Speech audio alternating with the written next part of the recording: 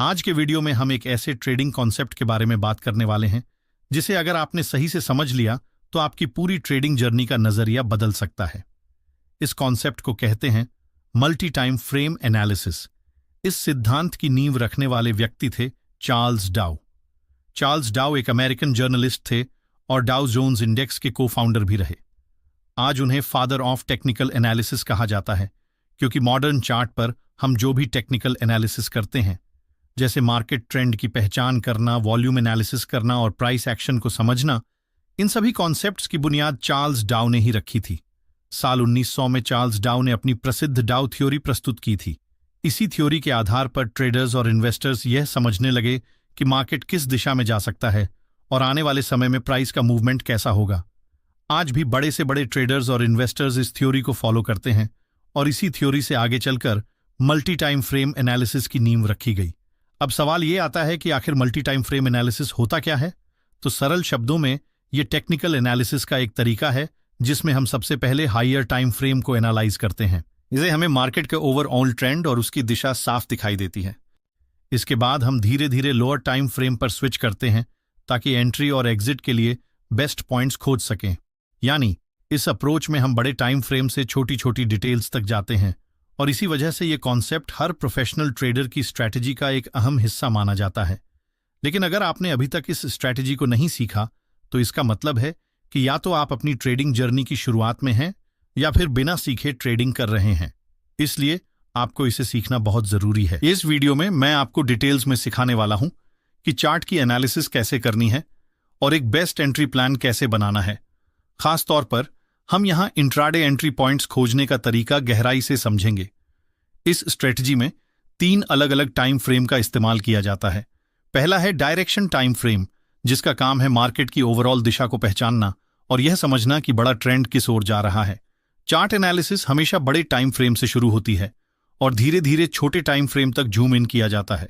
यही कारण है कि ये 3 टाइम फ्रेम ट्रेडिंग प्रोसेस में सबसे ज्यादा महत्वपूर्ण साबित होते हैं। सबसे पहले डायरेक्शन टाइम फ्रेम की बात करते हैं।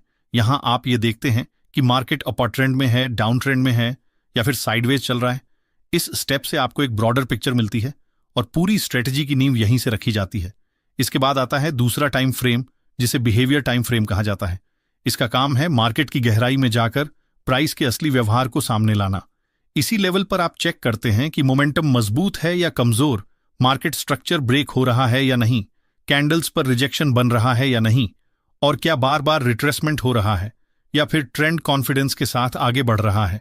साधारण शब्दों में ये टाइम फ्रेम आपको मार्केट के भीतर छिपे छोटे छोटे क्लूज और प्रैक्टिकल सिग्नल्स दिखाता है, जिनसे आप यह अंदाजा लगा सकते हैं कि आने वाले समय में प्राइस किस दिशा में एक्ट करेगा। तीसरा और सबसे महत्वपूर्ण टाइम फ्रेम है एंट्री टाइम फ्रेम। यहीं पर आप अपने असली ट्रेड को एग्जीक्यूट करते हैं। अगर डायरेक्शन टाइम फ्रेम यह दिखा रहा है कि मार्केट डाउन ट्रेंड में है तो एंट्री टाइम फ्रेम पर आप सेल सेटअप ढूंढेंगे, और अगर मार्केट अप ट्रेंड में है तो स्वाभाविक रूप से आप बाय सेटअप पर फोकस करेंगे। सीधे शब्दों में कहें तो यह वह स्टेज है जहां आपकी पूरी थ्योरी असली प्रैक्टिकल एक्शन में बदल जाती है। लेकिन यहां एक अहम बात समझना जरूरी है कि ये टाइम फ्रेम हर ट्रेडर के लिए एक जैसे नहीं होते। आपके ट्रेडिंग स्टाइल, आपके अनुभव और आपके कंफर्ट के हिसाब से टाइम फ्रेम अलग अलग हो सकते हैं। जैसे अगर मैं एक इंट्राडे ट्रेडर हूं तो मेरे लिए डायरेक्शन टाइम फ्रेम 1 घंटे का होगा, बिहेवियर टाइम फ्रेम 15 मिनट का और एंट्री टाइम फ्रेम 5 मिनट का। दूसरी ओर अगर कोई प्योर स्विंग ट्रेडर है तो उसके लिए डायरेक्शन टाइम फ्रेम 4 घंटे का होगा, बिहेवियर टाइम फ्रेम 1 घंटे का और एंट्री टाइम फ्रेम 15 मिनट का। यानी साफ है कि टाइम फ्रेम का चुनाव पूरी तरह आपके ट्रेडिंग स्टाइल और ट्रेडिंग अप्रोच पर निर्भर करता है। पर हम ये इंट्राडे ट्रेडर के प्रोस्पेक्टिव से देखते हैं और मैं सीधे बताता हूं कि हमें ट्रेड कैसे आइडेंटिफाई करना है। देखिए, मैंने यहां इंट्राडे ट्रेडर चुना है, वो ट्रेडर जो किसी शेयर या डेरिवेटिव को कुछ मिनटों या घंटों में खरीदता या बेचता है। इसमें ऑप्शंस ट्रेडिंग जैसे निफ्टी या बैंक निफ्टी आते हैं, या फिर फॉरेक्स इंस्ट्रूमेंट्स जैसे गोल्ड और क्रिप्टो भी हो सकते हैं। मतलब कोई भी मार्केट जहां आप पोजीशन उसी दिन खोलकर बंद करते हैं उसे इंट्राडे ट्रेडिंग कहते हैं। दूसरा स्टाइल है स्विंग ट्रेडिंग, जहां आप पोजीशन को कुछ दिनों या हफ्तों तक होल्ड करते हैं। और तीसरा है पोजिशनल ट्रेडिंग, जहां होल्डिंग अवधि महीनों या सालों तक होती है। आप कमेंट में जरूर बताइए कि आप इन तीनों में से कौन सा ट्रेडर हैं। अब चूंकि इस वीडियो में हम इंट्राडे ट्रेडिंग स्टाइल एक्सप्लेन कर रहे हैं, इसलिए बड़े बड़े टाइम फ्रेम का डीप एनालिसिस जरूरी नहीं है। अधिकतम एक और टाइम फ्रेम 4 आवर इस्तेमाल कर सकते हैं बेहतर कंफर्मेशन के लिए। अब इस चार्ट को देखिए, यह है 1 आवर टाइम फ्रेम का चार्ट। इस चार्ट में हमें कई कैंडल्स साफ पैटर्न दिखा रही हैं, लेकिन चूंकि हमने इंट्राडे ट्रेडिंग स्टाइल चुना है, इसलिए हमें बहुत पीछे तक जाकर एनालिसिस करने की जरूरत नहीं है। हमें सिर्फ हाल की कुछ कैंडल्स के आधार पर ही एनालिसिस करना होगा। अब देखिए, हम इस कैंडल का हाई और लो मार्क कर लेते हैं क्योंकि प्राइस इन लेवल के बीच कंसोलिडेट कर रही है। हमें बस ये देखना है कि प्राइस किस साइड ब्रेक करती है। अगर प्राइस डाउन साइड में ब्रेक करेगी तो हमें सेलिंग अपॉर्चुनिटी ढूंढनी है, और अगर अपसाइड में ब्रेक करती है तो हमें बाइंग अपॉर्चुनिटी मिलेगी। थोड़ी देर बाद आप देखेंगे कि प्राइस इस लाइन को ब्रेक करती है, लेकिन यहां हमें डायरेक्ट एंट्री नहीं करनी है। अब हम चार्ट को 15 मिनट टाइम फ्रेम पर शिफ्ट करेंगे और देखेंगे कि प्राइस ने कैसा मूवमेंट दिया है। आप साफ देख सकते हैं कि मार्केट ने बेरिश कैंडल के साथ इस लाइन को ब्रेक किया, लेकिन क्या हमें यहां सीधा एंट्री करनी चाहिए? इसका जवाब है नहीं। हमें रिट्रेसमेंट का इंतजार करना होगा। अब थोड़ी देर बाद मार्केट इस लाइन तक वापस आ चुकी है, फिर भी हमें तुरंत एंट्री नहीं करनी है। अब हम चार्ट को 5 मिनट के टाइम फ्रेम पर शिफ्ट करेंगे और यहां एक बेरिश कैंडल का इंतजार करेंगे, क्योंकि इस जगह से प्राइस ऊपर भी जा सकती है, लेकिन कॉन्फर्मेशन हमें तभी मिलेगा जब यहां एक बेरिश कैंडल बने। जैसे ही बेरिश कैंडल का फॉर्मेशन होता है, अब ये ट्रेड तीनों टाइम फ्रेम पर वैलिड हो जाता है। 1 घंटे का टाइम फ्रेम में मार्केट ने लाइन को ब्रेक किया, 15 मिनट का टाइम फ्रेम में मार्केट बेरिश है और 5 मिनट का टाइम फ्रेम में भी बेरिश कन्फर्मेशन मिल गया है। अब हम यहां एंट्री कर सकते हैं। स्टॉप लॉस हाल की हाई के ऊपर होगा और target 1:2 risk to reward ratio रख सकते हैं। इसके बाद हम धीरे धीरे एसएल ट्रेल कर सकते हैं ताकि बड़ा प्रॉफिट कैप्चर कर सकें। ऐसे सेटअप्स में भले ही आपको कम ट्रेड्स मिलें, लेकिन जो भी ट्रेड्स मिलेंगे उनके प्रॉफिटेबल होने की संभावना काफी ज्यादा रहती है। इसका कारण यह है कि बड़े टाइम फ्रेम के लेवल्स को मैनिपुलेट करना आसान नहीं होता। असल में हम बड़े टाइम फ्रेम देखकर ही बायस तय करते हैं और सिर्फ एंट्री कंफर्म करने के लिए छोटे टाइम फ्रेम का इस्तेमाल करते हैं। लेकिन ऐसे ट्रेड्स को पहचानने के लिए सपोर्ट और रेजिस्टेंस को सही से ड्रॉ करना आना चाहिए।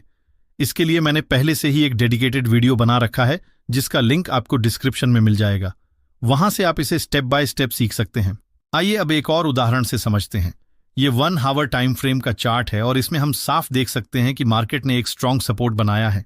इसका मतलब यह है कि बायर्स नहीं चाहते कि मार्केट इस लेवल के नीचे जाए, इसलिए हर बार जब भी मार्केट इस जोन के पास आती है तो यहां से अपसाइड की ओर बाउंस कर जाती है। ऐसा क्यों होता है? दरअसल बड़े इंस्टीट्यूशंस जैसे बैंक्स, हेज फंड्स और फंड मैनेजर्स अपने स्टॉप लॉस इसी जोन के नीचे लगाते हैं। अब जैसे ही मार्केट इस लेवल के पास आती है, उन्हें यह डर होता है कि अगर प्राइस इस लाइन को तोड़ दे तो उनका स्टॉप लॉस हिट हो जाएगा, इसलिए वे इस जोन पर दोबारा बाइंग शुरू कर देते हैं और यही कारण है कि ये एरिया बार बार रिस्पेक्ट होता है। अब जब मार्केट एक बार फिर इस सपोर्ट जोन के पास ट्रेड कर रही है तो हमें इसे 15 मिनट टाइम फ्रेम पर शिफ्ट करके देखना होगा। जैसे ही हम 15 मिनट टाइम फ्रेम पर आते हैं, हमें इस एरिया में एक डिमांड जोन दिखाई देता है, लेकिन डिमांड जोन दिखने का मतलब यह नहीं है कि हमें डायरेक्ट एंट्री ले लेनी चाहिए। हमें कंफर्म करना होगा कि मार्केट स्ट्रक्चर सपोर्ट कर रहा है या नहीं। अब 15 मिनट में जब प्राइस इस एरिया के पास कंसोलिडेट करती है, हम एंट्री कंफर्म करने के लिए 5 मिनट टाइम फ्रेम पर आते हैं। यहां हमें साफ दिख रहा है कि मार्केट डिमांड जोन के पास टिक कर ट्रेड कर रही है, लेकिन डाउन साइड ब्रेक नहीं कर पा रही है। इसका मतलब है कि जैसे ही प्राइस इस अपर साइड की लाइन को तोड़ेगी, एक अच्छा अपसाइड मूव आ सकता है। ध्यान रहे, हम यहां डाउन साइड एंट्री नहीं बनाएंगे क्योंकि हमें पता है कि नीचे डिमांड जोन है और जब तक ये जोन ब्रेक नहीं करता मार्केट डाउन साइड नहीं जाएगी। इसीलिए हमें पेशेंटली वेट करना है अपर ब्रेकआउट का। कुछ देर बाद जब मार्केट एक बुलिश ग्रीन कैंडल के साथ इस जोन को ब्रेक करती है तो यहां हमें एंट्री का मौका मिल जाता है। स्टॉप लॉस इस डिमांड जोन के नीचे रहेगा और टारगेट लॉजिकल रेजिस्टेंस तक रखा जा सकता है। रिस्क टू रिवॉर्ड को ध्यान में रखते हुए आप इसे 1:2 या उससे ज्यादा भी प्लान कर सकते हैं। याद रखिए, हर ट्रेड में स्टॉप लॉस लगाना अनिवार्य है क्योंकि मार्केट कभी भी किसी सेटअप को 100% फॉलो नहीं करती। बिना स्टॉप लॉस लगाए ट्रेड लेना सबसे बड़ी गलती है।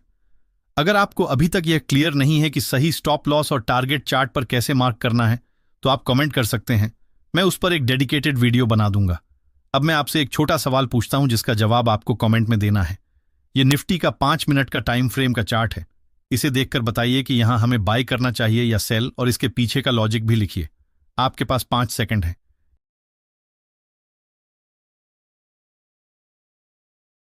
इसका जवाब मैं अपने टेलीग्राम चैनल पर शेयर कर दूंगा। अगर इस वीडियो से आपको कुछ सीखने को मिला हो तो वीडियो को लाइक जरूर कीजिए और चैनल को सब्सक्राइब कर लीजिए। मिलते हैं एक नए ट्रेडिंग कॉन्सेप्ट के साथ। तब तक के लिए बेस्ट ऑफ लक।